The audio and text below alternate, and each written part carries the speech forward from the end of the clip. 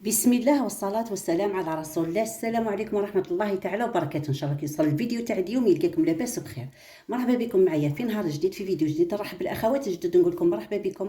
نورتوا قناتي المتواضعة. القدوم نقول لكم الدار داركم وأنا ضيفة عندكم. نشكركم بزاف بزاف على الدعم، على التحفيز، على التفاعل، على التعاليق الإيجابية اللي قاعدين تجبروا بها بخاطري. ربي يجبر بخاطري وخاطركم جبران يتعجبوا لهم في السماوات ومن في الأرض. ربي يسطرنا فوق الأرض وتحت الأرض ويوم العرض عليه يا رب العالمين، وربي يرزقنا سعادة الدارين. آمين يا رب العالمين. اللهم اشفي مرضانا وارحم موتانا، امين يا رب العالمين. شراكم البنات؟ ان شاء الله تكونوا لاباس. مرحبا بكم، نورتوني كامل كامل كامل كامل اللي جيتوا من القناه القديمه، اللي جيتوا من عند الاخوات الفضليات، اللي التحقتوا من وحدكم هكاك للقناه. نقول لكم شرفتوني ونورتوني وفضلتوا على راسي من فوق. اليوم جيتكم بهذا الفيديو بعد ما كنت نعدت لكم الحوايج اللي عندي في الدار هكذا، كما قاعده نقول لكم، قاعده نفيريفي في الامور تاعي اللي عندي واللي ما عنديش. قلت لكم راني مديره قائمه تاع مستلزمات رمضان المبارك. الا حب ولا لوازم رمضان المبارك، الا حبيتوا نشاركها معكم قولوا لي في التعاليق. بزاف منكم اللي قالوا لي شاركيها لنا باش نشوفوا واش هما الحوايج اللي خاصنا وش هما الحوايج اللي مش خاصنا. بزاف ثاني منكم اللي قاعدين يقولوا لي ام خالد رانا قاعدين نستناو في التحضيرات اللي رايحه ديري باش نديرو معك باذن الله. هذا السمانه ان شاء الله اللي طلبت مني الفلفل المرقد اليوم راني حطيته. يا سبحان الله، كيما انا قلت للزوج يجيب لي الفلفل الحار باش ندير شويه، نرقد شويه لرمضان المبارك استغفر الله يا ربي، العيد الاضحى المبارك، وندير شويه حميص حاره. على بالكم هذو الحوايج اكيد الى جنب ليسانس، وهذا كذا نذكرهم هنا.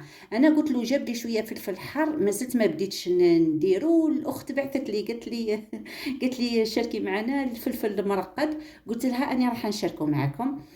اليوم بديته، فهمتوني. امس جاني تعليق وانا كنت ديجا قلت له جاب لي الفلفل الحار.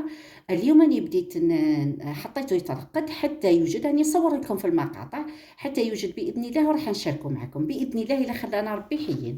رايحين نبداو شغل. الا راكي دايخه وما عارفاش واش اللي لازم تشري العيد الاضحى المبارك، ولا واش اللي لازم تحضري العيد الاضحى المبارك.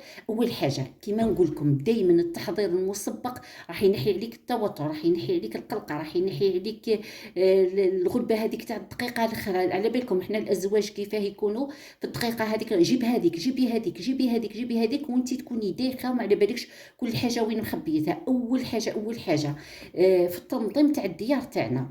راح ندخل لكم حاجه في حاجه، بصح الله غالبه هي كل شيء متشعب وكل شيء داخل في بعضه.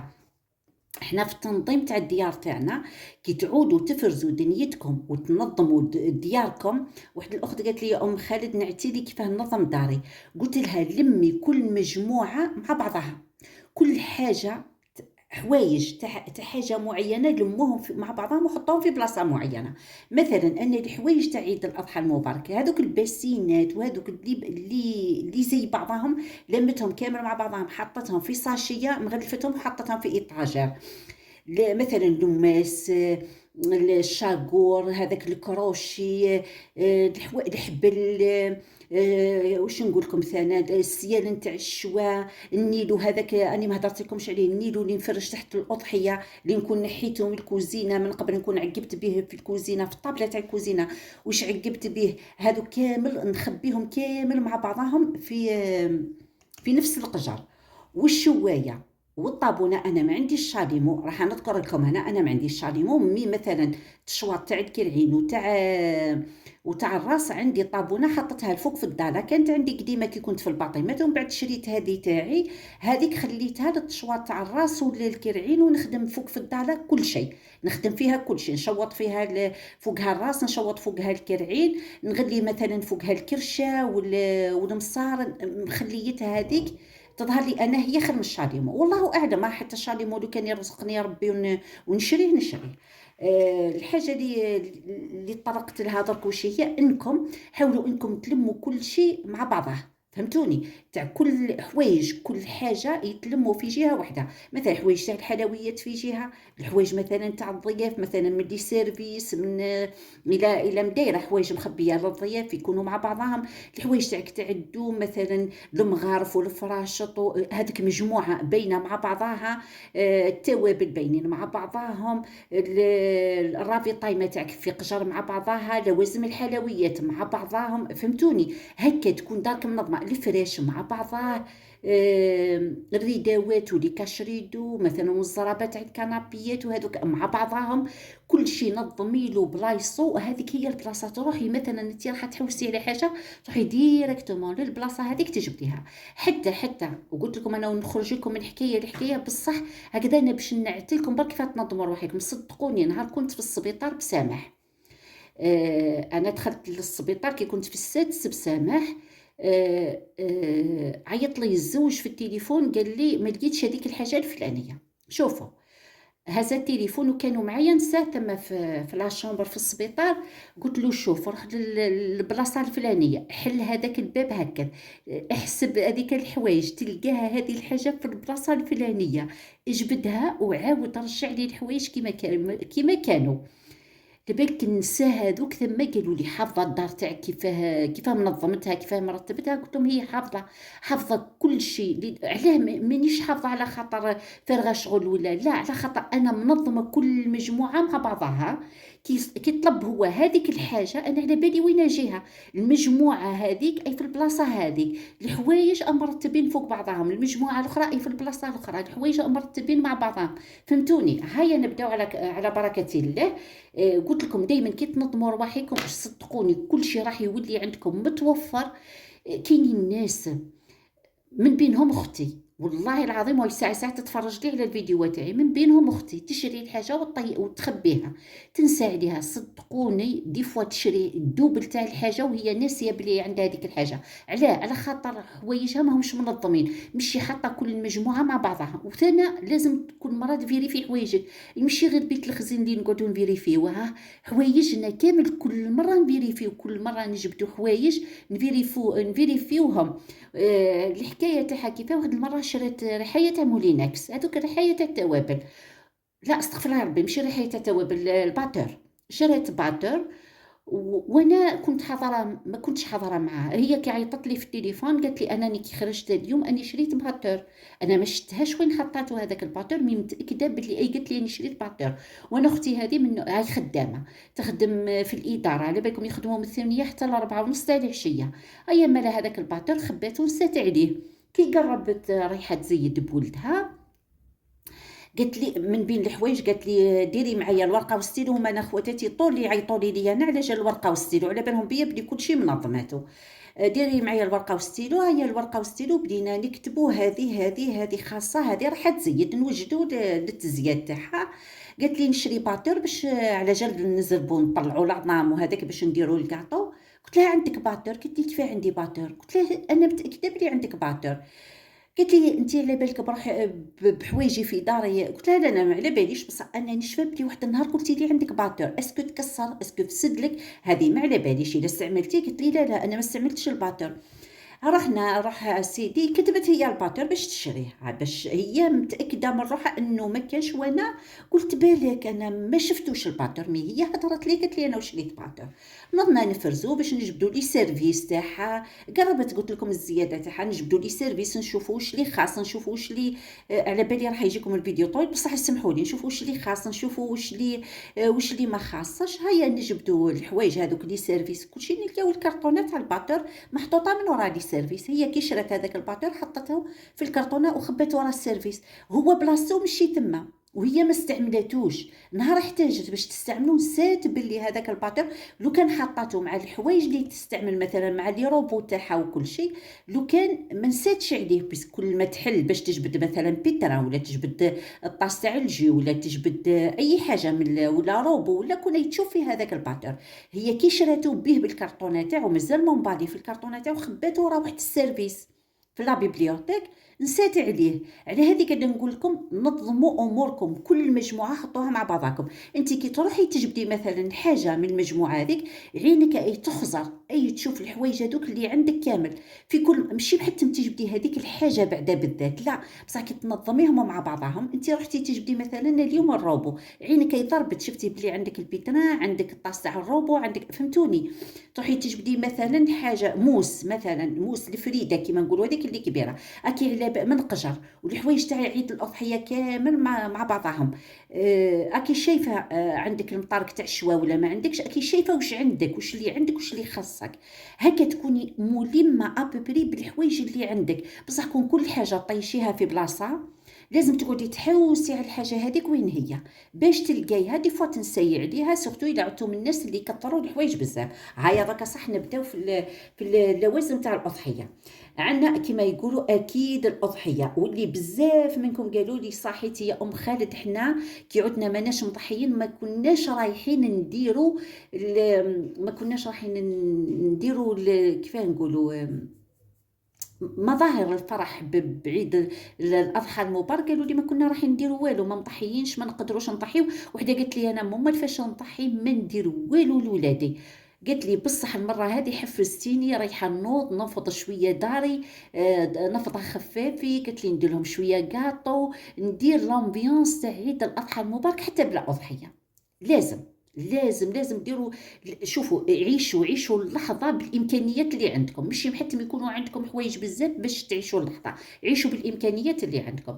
اكيد السكاكين الماس بالاحجام اللي تذبحوا به، اللي تسلخوا به، اللي من بعد انت تحتاجيه باش ديري به اللحم تاعك اللي يديروا به ستيك. كل السكاكين بالاحجام تاعهم المختلفه. عندنا هنا كاين المنشار الكهربائي او منشار عادي. انا عندي المنشار عادي، نهار يرزق ربي نشري المنشار الكهربائي. مازال عندي عادي، عندي المنشار العادي. عندنا مثلا الساطور ولا الشاغور. كاين الشاطور وحده والشاغور وحده، فهمتوني؟ الساطور هذاك اللي هكا جاي والدرعين تاعو كيما تاع الموس الصغيره، والشاغور هذاك اللي عنده درعيه طوال كيما اللي يقصوا بهم الحطب. نروحوا هنا عندنا الجدرة اللي نقطعوا فوقها، هاي تتباع. وهادو شوفوا هادو حوايج لماس بالك العبد كل مدة ومدة يعاود يشري وحايد، بيسكو تمطيهم حتى يرخوا خلاص يرشاو خلاص لماس. مي مثلا كيما المنشار الكهربائي، كيما الساطور، كيما هذه الجدرة تاع اللي نقطعوا فوقها اللحم، هادو اللي يظهروا لي بلي ما يفسدوش. انا الجدرة هذه خي تلقاوها محبرشة هكذا تاع الشجرة هي. واش ندير لها؟ نحكم، مش نغلفها من الفوق، نغلفها التور، نغلفها بالبابي فيلم، بالغلاف الشفاف هذاك. وعلاه؟ باش كي نعودو نقصو في اللحم ما يدخليش في هذوك كيف نقولوا هذوك تاعها، مهما واش تغسليها ما يتنحاش ويريح لك اللحم ولا الشحم اللي طير فيها. غلفوها من الفوق، من بعد كي تعودوا رايحين تقصوا حطوا اي نوع تاع بلاستيك، مثلا تاع الاكياس اعزكم الله، تاع القمامه ولا تاع الكناس. حطوا هذيك الساشيه وقصوا فوقها، فهمتوني؟ ما يتقطع لكمش البابي فيلم. والجدرة تاعكم تبقى لكم نظيفه، وكي تنظفوها تنظاف خفيف برك. كي تكملوا نحو هذاك البابي فيلم، طيشوه بيسكو يكون حكم شويه طشطاش تاع اللحم تاع الشحمه. نروحو قلنا ثنا الاكياس البلاستيكيه كبيره صغيره، شوفوا تاع لا كونجيلاسيون تاع الكناس اللي كبار اللي صغار. عندنا ثنا الباسينات كيما اللي نعدت لكم، كبار وصغار ومعاهم الكساكس تاعهم. عندنا ثنا البرم عندنا بهم بالكساكس تاعهم. هادو الكساكس راح نستعملوهم باش كي نغسلوا الكبده نقطروها، كي نغسلوا الكرشه والمصارن وهذوك نقطروا كل شيء. وحده سقساتني فانا قالت لي ام خالد احسن طريقه باش نغسلوا بها الكرشه، شوفوا احسن طريقه انكم الكرشه ما تحلوهاش الصح، عمروها بالماء، وفرغوها. تقدروا ديروا لها ثقبه من تحت، نتوما تعمروا بالماء، وهذاك اعزكم الله اللي فيها كل شيء راح يهبط من التحت، تنضاف. من بعد قلبوها راح تلقاوها نظيفه، زيدوا نظفوها تنضاف اللي لازم، على بالنا نظفوها بالطرف الكبده. عندنا مضاية لماس، انا نبعث الحق لماس تاعي مضيهم، ونحتاجو ثنا مضايط لماس، خاطرش كي نستعملوهم بكثره راح يحفاو. عندنا لابوم باش تنفخوا بها الجزره تاعكم قبل ما تسلخوها. اذا الحبل اللي باه تعلقوا فيه الجزره تاعكم، الكروشي. كاين ثاني اللي يشريو الجراره باش ما تتعبيش بزاف بالجراره برك ويطلعوا الاضحيه تاعهم. عندنا هنا حوايج هادو توجديهم انت من عندك من الدار، طرافك قدام تمسحوا بهم وترموهم هكذا، طراف كتات نديروهم كاريات وتمسحوا بهم وتطيشوهم. ديري ساشيه الحاجه اللي تمسحوا بها تطيشوها، ما تقعديش ديري في الكتاتن اللي نضاف مثلا هذاك الرولو تاع البوطاجي ولا لا. نستعمل حوايج قدام رايحه نطيشهم، عندي مثلا دراوات قدام نقصهم، عندي قش قديم قنادر قدام هذوك نقصهم نمسح بهم ونطيشهم. عندنا لباس للزوج والابناء. هذا اللباس للزوج والابناء انا هدرتها لكم في القناه تاعي القديمه. انا مثلا الزوج عنده مثلا لبسه هكذا قدامته رايح يطيشها، ماشي تاع المد. انا ما نهضرش على الحاجه اللي تصدق، نهضر على الحاجه اللي راح تطيش. نخبي له مثلا سروال وشميزي ولا سروال ودريكو ولا مام حاشاكم الصباط ثاني نخبيهم له هادوك للذبيحه. ماشي هاي نسى على خاطر ما يذبحوش. نورمال القندوره تاعك بعد ما تغسلي الفزرين هذاك وكل شيء تغسليها عادي، تدوشي وتغسليها عادي. ملي يذبحوا فيها الرجال هذيك تتقاس بزاف. انا واش ندير دائما خالد وباباه دائما نخبي لهم لبسه قديمه قدام تاع ليهم سيرفاتمون انصامبل تاع سيرفات ولا قلت لكم تريكو وسروال ولا نخبيهم لهم. وكي يذبحوا ويكملوا نلمهم في ساشيه نشللهم بالماء ولا قادره حتى نجرهم ونلمهم في ساشيه، ما نزيدش نخبيهم باسكو تبقى فيهم الريحه. ومن بعد يلبسوا عادي اللبسه تاعهم عادي، ومن بعد كي نوليو نقصوا في اللحم وهذاك مش كيما وقت الذبيحه. قلت دائما انا هذه كل عام لازمني تلقوني عندي كرتونه الفوق في راس الدروج نحط فيها لبسه الخالد ولبسه الباباه، فاهميني؟ نروحوا اكياس كبار القمامه شاليمو كما قلت لكم. الا ما عندكمش هاني كاتبه لكم شاليمو، اذا ما عندكمش انا مديره طابونه نشوط فوقها وندير فوقها كل شيء. هنا واش اللي عندنا ثاني اكيد نحتاجو تيو باش نغسلو به. وخليت هذه لاباج ما تدريش كاش ما نزيد نحتاج ندير. نروحوا هنا لوازم التنظيف. انا شفت فيديوهات ضرك في القنوات تاع الاخوات باللي راحوا يشريو مشتريات العيد الاضحى المبارك، من بينهم لوازم التنظيف لقاوهم غاليين. وحده شفتها والله ما على بالي شكون هي صاحبه القناه، واش قالت حتى اللي تلقاو السومه بقات نفسها تلقاو لابواط صغروا فيها، وإلا لقيتوا لابواط الحجم اللي موالفين تشريوه تلقاو السومه تاعهم زادت. يعني التجارب بيهديهم. احنا مسلمين وقت ما يوصلوا العواشر هادو، وقت ما يوصلوا المناسبات الدينيه يزيدوا يغليوا في كل شيء. يعني ربي يهديهم. ما بدون تعليق يعني انني مع المقاطعه، راني مع المقاطعه يعني 1,000,000%. الرغد ماشي بيدي تالي كون قاطعت كل شيء. نروحوا مواد التنظيف. عندنا سائل غسيل الاواني، جافيل، معقم الارضيات، الفليتوكس، لي لافيت، نشاشف حاشاكم، اكياس القمامه اللي كتبتهم اليوز درتهم هنا، الكتات نتاع البوطاجي، الكاغط مثلا مصلحه وفرطوار. الا انت ما عندكش الزايد، مثلا انا عندي الفوك الزايد تاع الدوشه موحدهم اللي نسيق بهم هنا في الدار موحدهم. مي عندي الفوق في الدار مصلحه وفرطوار زايدين نسيق بهم الدروج، فهمتوني؟ كي دركا في عيد الاضحى المبارك بعد ما ندير بهم ديجا قدم هما هذوك ما شريتهمش جدد، هذوك كي نشري تاع الدوش جدد نهز هذو لي في الدوش نطلعهم الفوق للدار، فهمتوني؟ نستعملهم مثلا في عيد الاضحى المبارك ونطيشهم، نعاود نرجع اللي قدم هنا في الدوش نعاود نطلعهم للدار للتسياق تاع الدروج ولا كون نكنس الدار الفوق ولا فاهميني، ونحط الجدد هنا في الدوش.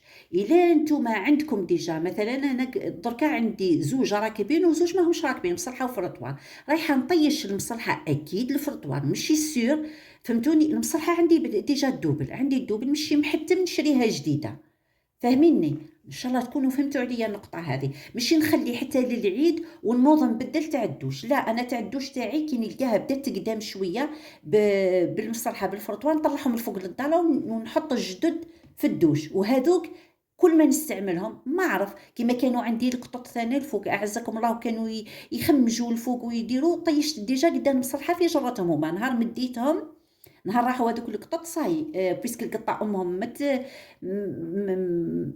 حاشاكم ما تخمجليش في البلايص كلها، مي ولادها كانوا في الداله الفوق يخمجوا وين جاهم، كي راحوا هما صاي كي كنست الداله ونيطوايتها وسيقت هذيك المصلحه ديجا طيشتها. ان شاء الله تكونوا فهمتوا عليا. هنا في الدوش راكبين جدد، نهار يقداموا هادو ماشي حتى في عيد الاضحى، نهار يقداموا هادو نطلعهم من فوق الداله ونشري لي جدد هنا في الدوش. عندنا راني كاتبه هنا، راني حتى كاتبه الفروتوال قدام نسيق بهم ونحط جدد. المهم لوازم الاسعافات الاوليه هذه، مثلا شويه دواء احمر، بصمه، سبارادرا، الكحول، البيتادين، ما عرف ما تدريش، كاش واحد يتجرح كاش، فهمتوني؟ لوازم الاسعافات الاوليه وهذوم كاينين في كل دار نورمالمون، بصح عاودي فيريفي، لازم يكونوا عندك حويجات كيما قلت لكم، الفاصمه، سبارادرا، القطن، ما تدريش ديري اللوازم تاعك في دارك اون كاو تحتاجيهم. ما تنساوش الدواء تاع الراس، الكاشيات تاع الراس، الدواء تاع الراس، بيسك بزاف اللي كي يخدموا بزاف نهار العيد يوجعهم راسهم. هنا نروحوا لوازم الطبخ، انا هادو الحمد لله ما رايحاش نشريهم. واش اللي رايحه نشري اني قداه يوم وانا نقول للزوج باش يجيب لي غير الفليتوكس المعقم تاع الارضيات وهذوك كامل، يخي اني شريت معكم المره اللي عدات الفليتوكس اللي موالفه نستعملوا بزاف، اللي قالوا لي صوريها معنا يا ام خالد، والزوج مازال ما شراهاديش. كي يشري هذه باذن الله راح نصورها معكم، قلت لكم تلقاوها صغيره هكا وتسوى على ما اظن 50,000 ولا 55,000، فيتفوت لكم عامين ولا ماشي. المهم بصح انا نستعملها غير في الصيف، ما عنديش يعني نقولوا في الشتاء الناموس والحشرات، ولا نستعملها غير في الصيف. نروحوا هنا لوازم المطبخ كيما قلت لكم، وانا هادو الحوايج عندي ديجا في بيت الخزين، اللي ما عندهاش تشوف باش تشري، هادو ما راح نشريهم ما والو. نروحوا واش ندير في المطبخ، هذه هنا واش ندير في المطبخ. اول حاجه ننظف المجمد تاعي. كاينين الناس يقول لك ها انا حتى ورا العيد ويفضل اللحم باش ننظف المجمد، لا خواتاتي، انا ندي جيفري ننظمه ونوجد بلاصه اللحم وين رايحه نحط اللحم تاعي، سواء ضحيتي سواء شريتي اللحم، ماشي تقولوا لي انت بالك راح تشري الخروف، حنا مازلنا ما شريناش ومازال ما بيناش، باش ما نكذب عليكم ما نخبي عليكم ما والو، مازال ما بيناش. انا اللي عليا ندير حويجاتي في داري، وهو عليه ضحى اللهم بارك، او نلقاو كل شيء واجد، ما ضحاش يعني وشراطر في اللحم ولا الشرك ولا، المهم انا حوايجي نوجدهم في داري. اكياس التجميد ديجا كتبتهم من قبل، علب للتجميد ثانا، وهنا ما تنساوش هنا قلم وشرطيطون ولا ورقه ولا وتلصق باش تكتبي الحوايج تاعك تاع اللحم، مثلا تكتبي هذه كرشه، تكتبي هذه بوزلوف، تكتبي هذه اللحم تاع القلي، تكتبي هذه اللحم تاع الطياب، تكتبي هذولي كوتلت، على خاطر اللحم كي يتجمد من بعد راح يصعب لك وما تعرفيش. بسم الله الرحمن الرحيم، ما فهمتش واش اللي عندي هنا، وما تعرفيش ما تفرقش ما بين سمولي نتوما، ما تفرقش ما بين اللحم وشي هو، اكتبي باش ما تغلطيش ونظميهم، سواء في لي بواط سواء في لي ساشي دو كونجيلاسيون، نهار تعودي رايحه تجبدي اي حاجه وكل شيء مكتوب قدامك. ما تنساوش هذه النقطه بالذات. عندنا ورق الالومنيوم، ورق الشفاف اللي هو بابي فيلم، الورق الطبخ، عواد الشواء، عندنا الشوايه والفحم. الشوايه ما راحش نشريوها احنا كل عام، الشوايه اللي تشرات من عام بدينا الدار مازالت هي نفسها، ما رايحاش انا كل عام نشري شوايه ولا هذا. قلت لكم وياكم من الاشعارات، وياكم من الغيره من الاشعارات، وكل حاجه تشوفوها تقولوا روحوا هي اللي نشريها. باش نتفاهموا، الفحم كي يفض تشري كي ما يفضش ويبقى، يعني ما يصرى فيه والو الفحم، سيرتو الا ما جالسوش الميديتي ولا ما صبتش عليه النو ولا ما يصرى فيه والو. المروحه هذوك اللي بما نشعلوا الفحم كما قلت لكم، ولا تقدري تشعلي بالفونتيلاتور، ولا تقدري ثاني تشعلي بالسيشوار، الا عندك سيشوار قديم باش ما يخطاكش جديده ويفسد لك. لا، سيشوار قديم يكون فاسدت له السخانه تاعو، ولا تقدري تشعلي به تانا الفحم تاعك باش يزهر لك برك وخلاص. هنا دركا واش هي اللي تحضري تانا في الدار؟ تحضري مثلا الحميص الحار ولا الهريسه ولا الفلفل المرقد. هنا انتي واش تستعملي في الدار تاعك، مثلا لي صوص اللي ترافقيهم مع مع المشاوي، مثلا صلصة الثومية، مثلا مايونيز تاع الدار اللي بالفرماج، هادو قادرة توجدي الكاتشاب، قادرة توجدي لاصوص الجيريان. شوفي انتي دارك واش موالفين تاكلوا، واش تحبوا وجدي، تحطيهم في بلارات صغيرين تاع المايونيز ولا تحطيهم في الفريجيدير، ما يصرى فيهم والو. هادو بصح نخلو حتى السمانه الجايه ان شاء الله باش نوجدوهم، باش ما يفسدوناش، على خاطر هادو الحوايج ما عندناش حنا ماده حافظه باش نخبوهم. فهمتوني؟ يبقاو لنا في الفريجيدير ما بين سمانه ل 15 يوم نوجدوهم. الحوايج اللي نقدروا نصبروهم عادي. الفلفل المرقد عادي تبدايه من درك عادي، ما يفسد ما يصرى فيه والو. الحميص الحار ولا الهريسه ولا وجديهم وصبريهم، ديري لهم عمليه تصبير ولا حطيهم في الكونجيلاتور، ما يصرى فيهم والو. مي هادو لي الصوص خلي حتى تقرب، مثلا يبقى لك على عيد الاضحى 5 ايام، سمانه ماكسيموم، وجديهم حطيهم في بلارات، معقمين البلارات وحطيهم في الفريجيدير. نهار العيد تجبديهم تلقيهم واجدين. انا ما نكذبش عليكم، ثاني الثوم نرحيه ونوجدو، ندير عجينه الثوم نوجدها، نرحي البصل ونوجدو، نرنخو الحمص. هادو حوايج اهي الحمص، هادو حوايج احنا نوجدوهم، احنا ننسى نوجدوهم باش نهار العيد نلقاو رواحنا عندنا اريحيه. عندنا التوابل انا كنت صورتهم معكم ديجا. هنا هاني كاتبه الخضر اللي نشريو باش طيبي شخشوخه ولا طيبي تريده ولا طيبي انتي كيما قاعده نقول لكم، نتوما واش اللي طيبوا عاداتكم في المنطقه اللي راكم ساكنين فيها. عندنا البصل والثوم، وعندنا هنا لوازم الحلوى كيما قلت لكم. ديروا جو، حتى ولو كان ما عندكش بما ضحي ديري جو، ديري 2 انواع تاع كاطو ولا نوع ولا 3 انواع، ما تكثريش بزاف. ماناش في عيد الفطر المبارك، رانا في عيد الاضحى.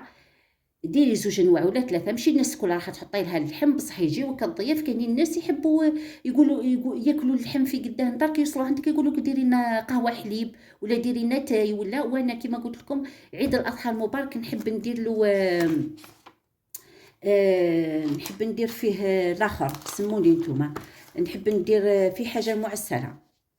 عندي شويه بقلاوه فالتلي من العيد الصغير.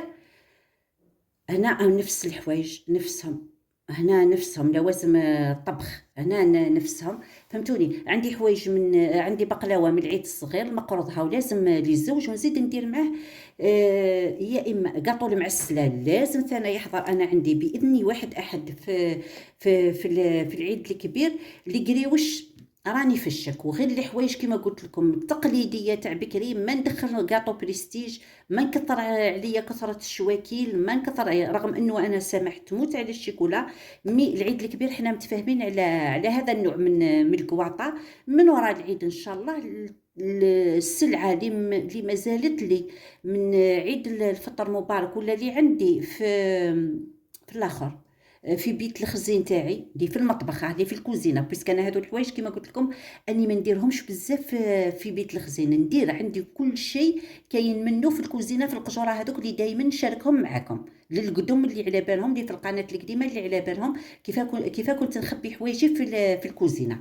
فهمتوني؟ من وراء العيد ان شاء الله نفوتوا العيد على خير مع هذا الغلاء الفاحش اللي رانا قاعدين نشوفوا فيه، ونديروا كاطو هكذا تاع الشيكولا ولا حتى يفضل الشيء اللي عندنا باذن الله الا خلانا ربي حيين. هادو هما الحوايج اللي ماذا بك اختي توجديهم باش نهار العيد ان شاء الله تلقاي روحك مرتاحه. سوا ضحيتي، نقولها ونعاودها، سوا يعني شريتي شريتو خروف ولا شركتو في بقرة ولا في عجلة ولا شريتو لحم ولا يا سيدي شريتو حتى صدر دجاج ولا شريتو سردك وذبحتوه، المهم كل واحد وش يلحقوا ربي على الحاجه اللي يديرها. ديروا لامبيونس في ديالكم، بينوا بلي راهي جايه مناسبه. ابداو شويه تنظيفات خفافي، نحوا ريداوات وغسلوهم وركبوهم نظاف. الكوزينه فوتوا عليها هكذا مسحه خفيفه برك. وجدي التبديله تاع الصالون تاعك ميم قديمه راه روحي اغسليها وعاودي ركبيها جديده. اغسلي السجادات تاع الصلاه باش تحطوهم نهار العيد مفحفحين ونظاف. وجدي القندوره الاخر القميص تاع الزوج وتاع ولادك الذكوره الا عندك. وحدديهم لهم وباش صبحة العيد يروحوا يصليوا بهم في المسجد نظاف ومحددين وباينين فيهم باللي مناسبة تاع عيد. انتي الى شعرك يسهل يتصبغ صبغيه، الى شعرك يسهل تروحي ديري له بروتين ولا كيراتين ولا دبروا راسكم. هذوك يعني قاعده نمد لكم برك، قاعده نمد لكم في افكار. مثلا وجدي طابليه باهيه باش صبحه العيد، قندوره باهيه ليك وللبنيته تاعك. مثلا البنات الى كسيتيهم هاو كسيتيهم ولا لبسي لهم اللبسه تاع العيد الصغير تكون مغسوله نظيفه ومحدده. وجدي طابليه نظيفه بشيمق اعزكم الله هكذا سامبل. شوفوا والله ما كاش كيف البساطه، حاجه سامبل برك. عباءه باش تخرجي بها نهار ثاني عيد ولا ثالث عيد، الا رحتي تغافري عند والديك، عند خوتك، عند خواتاتك، عند مالين الزوج تاعك.